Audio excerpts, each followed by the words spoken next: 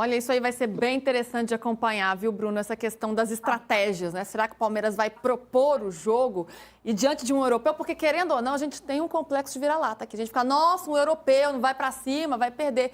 Mas, às vezes, não é dessa forma, né? E o Bruno tá trazendo aqui todas as informações. Por que não o Palmeiras ser o protagonista da partida, né? Por que não um brasileiro chegar lá e, claro, tendo cautela, né? Estudando o adversário, mas por que não ser protagonista de algum jogo? O que a gente pode imaginar, hein, Hernan?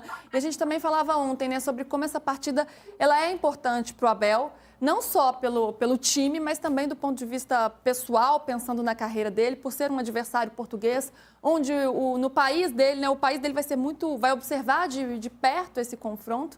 Então, com certeza, ele está estudando muito. O Palmeiras, ele é mais conjunto, ele é mais time, e ele é um time muito mais pronto. Você vê pela longevidade das competições, das conquistas que o Palmeiras tem, em relação a esse trabalho que o Porto está se desenhando agora.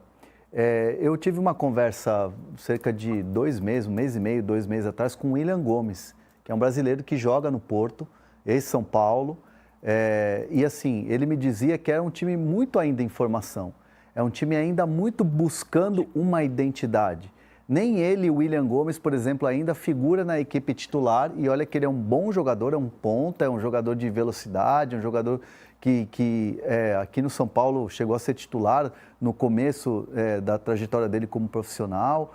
E ele ainda não se firmou, é jovem, é garoto. Então você vê assim, que naturalmente já tem uma dificuldade dos jogadores quando chegam a um clube grande como um Porto, por exemplo, de se firmar. No caso do William Gomes, teve até dificuldade até fora de campo, assim, nessa questão da adaptação. Então, assim, é um time que ainda está muito embrionário, ainda está muito se formando, contra um trabalho que já está formado. Aí você vai falar, mas o futebol europeu é diferente. Eu não gosto daquela frase de, lá é outro esporte. Não, é tudo futebol. Eu gosto também quando o PVC fala isso.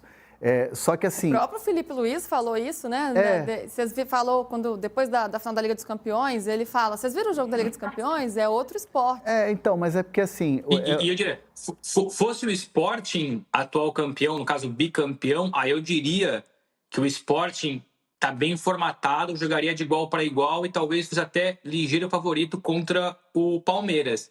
Seja o Porto ou o Benfica, que foi o vice-campeão, eu vejo o Palmeiras muito mais solidificado e o Hernan elencou os motivos. Um trabalho muito mais sólido, tem uma identidade. O Porto não tem uma identidade ainda e o Benfica carece de uma identidade. Vem buscando a sua. Bruno Lage tem um pouco mais de tempo de trabalho do que o Martim Anselmi. E antes de passar a bola para o Hernan, eu acho que o Hernan também tem essa informação, uma mera curiosidade. O empresário do Martim Anselmi, treinador do Porto, é o mesmo empresário do Abel Ferreira no Palmeiras. Exatamente. E é o mesmo também do Leonardo Jardim, que está vice-líder do Brasileirão. Assim, a questão desse duelo Abel Ferreira versus Porto, para ele, Abel, não sei se ele vai falar sobre isso na coletiva, acho que não, mas para ele, Abel, tem um gostinho, sim, especial, porque, afinal de contas, o Abel sai de Portugal, vai para o PAOK, do PAOK ele vem para o Palmeiras, ele chega no Palmeiras totalmente desconhecido, e no Palmeiras, quando ele ganha uma Libertadores, ganha um Campeonato Brasileiro, ganha a Copa do Brasil, que ele volta de férias para Portugal, que começa a se ter um assédio em cima do Abel Ferreira, treinador vitorioso. Porque até então ele sai e vai para o PAOK exatamente para tentar uma vida como treinador. Porque em Portugal há uma competitividade muito grande entre os treinadores portugueses. E os treinadores mais experientes não abrem espaço para os mais novos. Isso é uma competitividade muito grande em Portugal. O próprio Arthur Jorge, que é um treinador jovem, é um exemplo. Ele vem para o Botafogo, ele ganha a Libertadores, ganha o Campeonato Brasileiro e hoje ele está no mercado que é um mercado muito bom para desenvolvimento de treinadores portugueses, que é o mercado árabe. O Leonardo Jardim fez a brilhante trajetória dele no Campeonato Português, mas o bom momento foi no Mônaco e ele fez grandes trabalhos também no mercado árabe.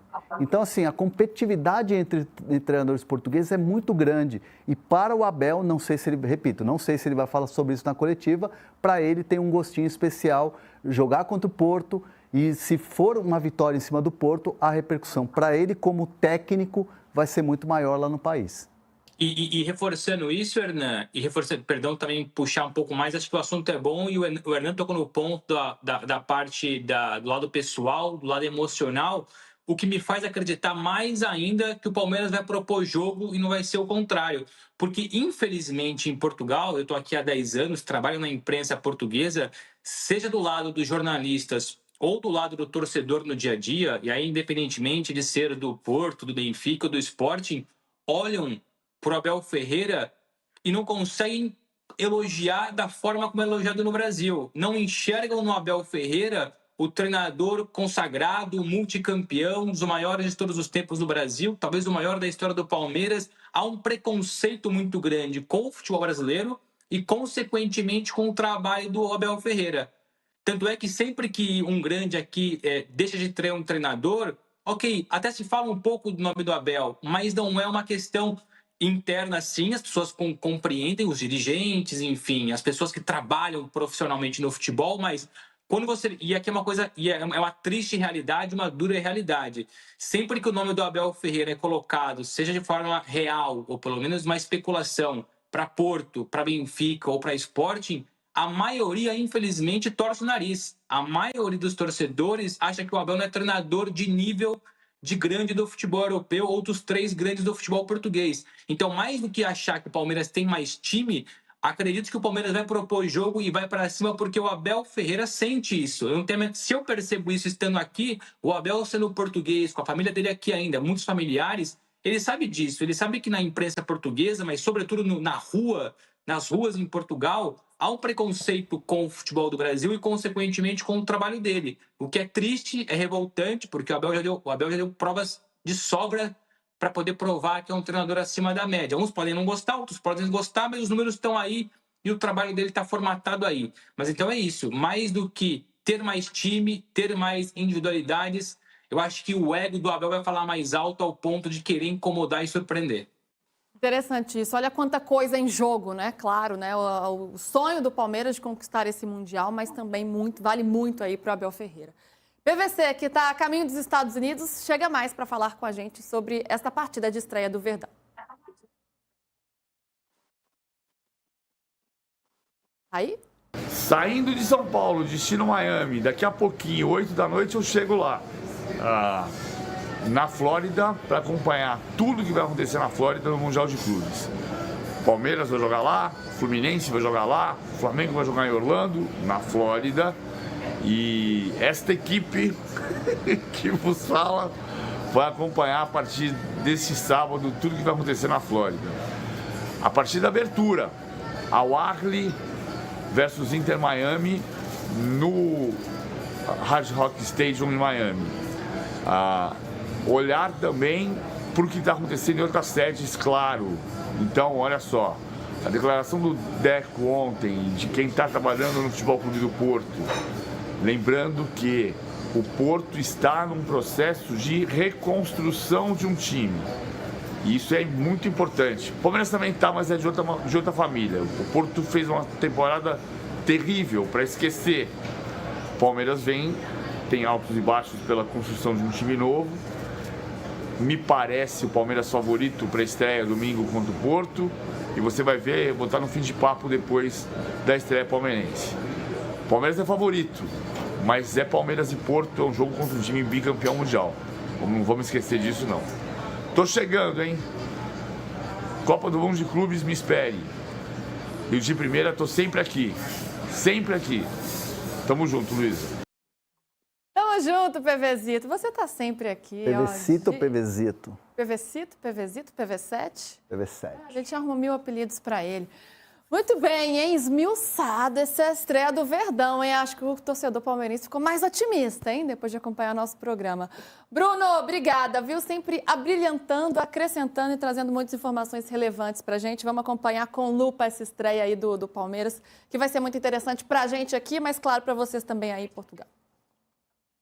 Vocês é que brilham. Você, Luísa, meu querido André Hernan, um beijo. PVC, então, boa viagem para o PVC, que chegue bem e arrase lá nos Estados Unidos. Meus queridos, beijo, bom fim de semana para vocês, bom trabalho.